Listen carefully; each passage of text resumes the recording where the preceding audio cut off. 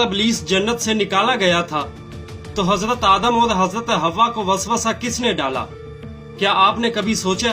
क्योंकि कुरान कहता है कि इब्लीस को जन्नत से निकाल दिया गया था, तो फिर वो वहां पहुंचा कैसे? क्या वो वापस दाखिल हो गया? क्या जन्नत की सिक्योरिटी में कोई कमी रह गई थी? बिल्कुल नहीं, असल राज कुछ और था।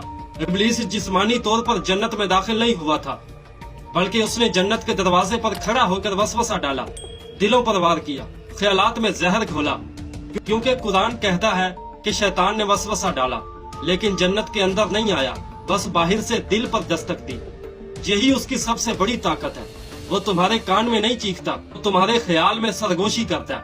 आज भी वो तुम्हें छू नहीं सकता, लेकिन तुम्हारे अंदर बोल सकता है। और जब तुम इसकी बात मान लेते हो तो तुम जन्नत खो देते हो, जैसे हजरत आदम अलैहिस्सलाम और अम्मा हवा ने खो दी।